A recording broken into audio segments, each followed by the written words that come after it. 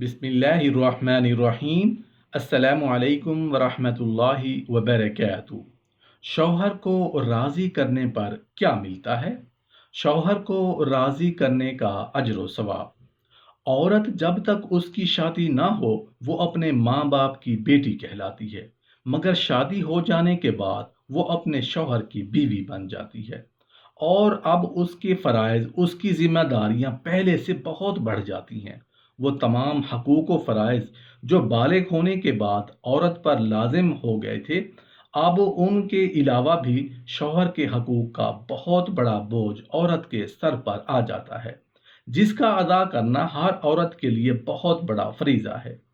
محترم ناظرین، ہر مسلمان مرد، ہر مسلمان عورت یہی چاہتے ہیں کہ ہماری زندگی آسان ہو، زندگی خوشیوں سے مالا مال ہو۔ ہر مسلمان مرد اور ہر مسلمان عورت یہی چاہتے ہیں کہ ہماری موت آسان ہو، قبر کے معاملات آسان ہوں اور آخرت کے معاملات آسان ہوں، اور بس جنت مل جائے۔ دنیا میں آسانیاں اور آخرت میں جنت چاہتے ہیں۔ اللہ پاک فرماتے ہیں، میں تمہارے دنیاوی معاملات کو آسان کر دوں گا، دنیا تمہارے قدموں میں ڈال دوں گا، جنت بھی دوں گا، لیکن کیسے دوں گا؟ جب میرا کہنا مان لو گے۔ عورتوں کے لیے، خواتین کے لیے، بیویوں کے لیے تو جنت میں جانا ہے ہی بہت آسان، اور رہی بات دنیا میں خوشحال رہنے کی، وہ تو ہے ہی عورتوں کے اپنے ہاتھ میں۔ بھلا کیسے؟ وہ اس طرح کہ اللہ تعالیٰ نے شوہروں کو بیویوں پر حاکم بنایا ہے اور بہت بڑی بزرگی دی ہے۔ اس لیے ہر عورت پر فرض ہے کہ وہ اپنے شوہر کا حکم مانے اور خوشی خوشی اپنے شوہر کے ہر حکم کی تابع داری کرے، کیونکہ اللہ تعالیٰ نے شوہر کا بڑا حق بتایا ہے کہ اپنے شوہر کو راضی اور خوش رکھنا بہت بڑی عبادت ہے، اور شوہر کو ناخوش اور ناراض رکھنا بہت بڑا گناہ ہے۔ ایک اللہ کی نیک بندی عشاء کے بعد خوب زینت کرتی، کنگھی اور سرما استعمال کرتی، خاوند کے پاس آتی اور پوچھتی، کیا آپ کو میری ضرورت ہے؟ خواہش کا اظہار کرتے تو لیٹ جاتی، ان کی طرف سے اجازت ہوتی تو کہتی، میرے آقا مجھے اجازت ہے تو میں اپنے مالک کی حقیقی سے محو گفتگو ہو جاؤں۔ چنانچہ پھر رات کا مقدور حصہ اپنے رب کو مناتی اور خوب بندگی کرتی۔ میری بہن، حقوق اللہ اور بندوں کے حقوق کی ادائیگی کا لحاظ خوش نصیب خواتین کو میسر آتا ہے۔ شوہر کی رضا اور اس کی خوشی ہر حال میں مقدم ہے۔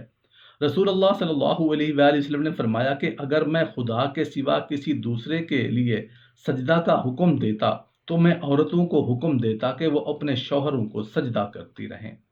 رسول اللہ صلی اللہ علیہ وآلہ وسلم نے یہ بھی فرمایا کہ جس عورت کی موت ایسی حالت میں آئے کہ مرتے وقت اس کا شوہر اس سے خوش ہو تو وہ عورت جنت میں جائے گی۔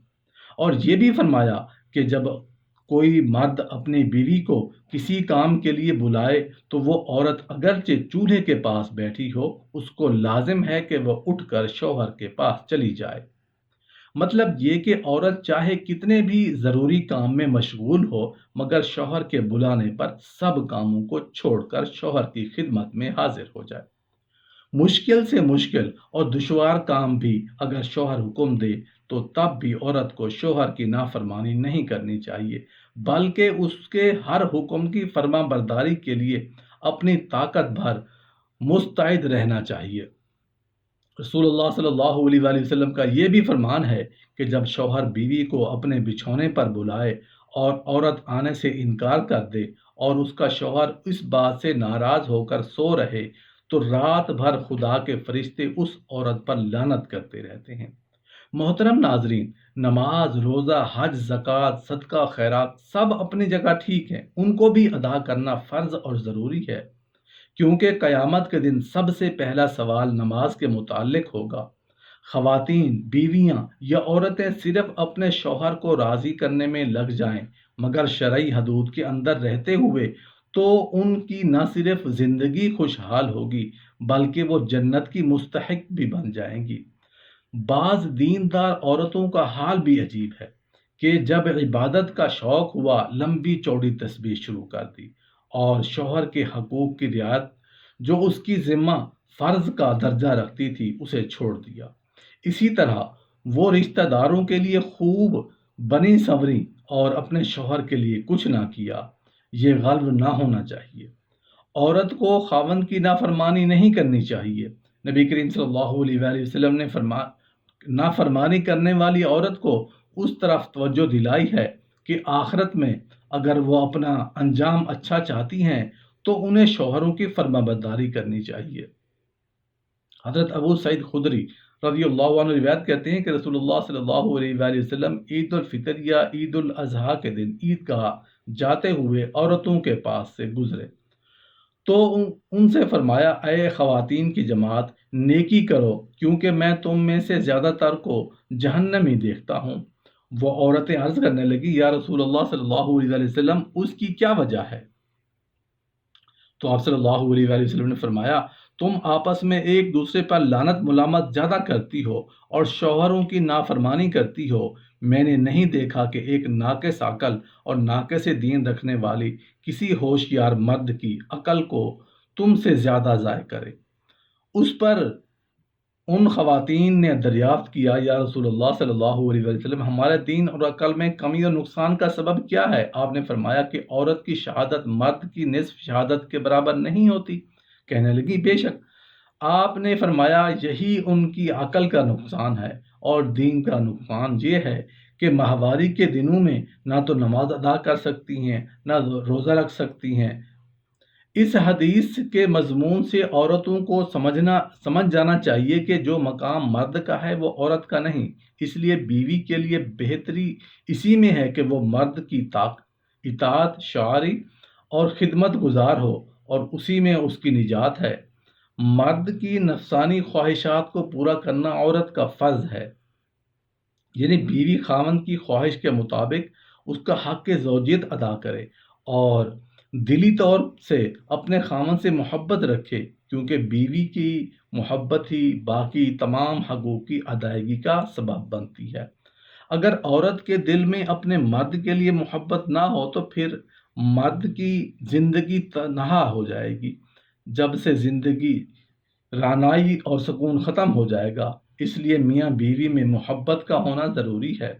حضرت طلق بن علی کہتے ہیں کہ رسول اللہ صلی اللہ علیہ وآلہ وسلم نے فرمایا، جب شوہر اپنی بیوی کو اپنی حاجت پوری کرنے کے لیے بلائے تو عورت کو اس کا حکم ماننا چاہیے، اگرچہ وہ کھانا پکانے میں مشغول ہو۔ میاں بیوی کا آپس میں جو تعلق ہے وہ بڑا پرکشش ہے۔ آپس میں ان کی جو طبعی خواہش ہوتی ہے وہ کسی اور سے پوری نہیں ہو سکتی۔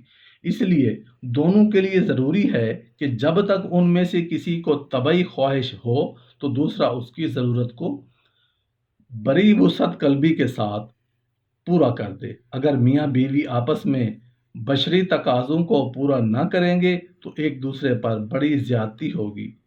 البتہ اس میں مرد کو عورت پر کیا فضیلت دی گئی ہے؟ مرد جب عورت کو اپنے مقصد کے لیے طلب کرے تو اسے خدمت کے لیے حاضر ہونا چاہیے۔ یہی بات ایک اور حدیث میں یوں بیان کی گئی ہے کہ حضرت ابو حریرہ رضی اللہ عنہ بیان کرتے ہیں کہ رسول اللہ صلی اللہ علیہ وآلہ وسلم نے فرمایا، قسم ہے اس ذات کی جس کے قبضے میں میری جان ہے، جس شوہر کی بیوی اس کے بلانے پر انکار کرتی ہے، اس عورت سے اللہ تعالیٰ اس وقت تک ناراض رہتا ہے جب تک کہ اس کا شوہر اس سے راضی نہ ہو جائے۔ اس حدیث میں یہ بتایا گیا ہے کہ جب عورت اپنے خاوند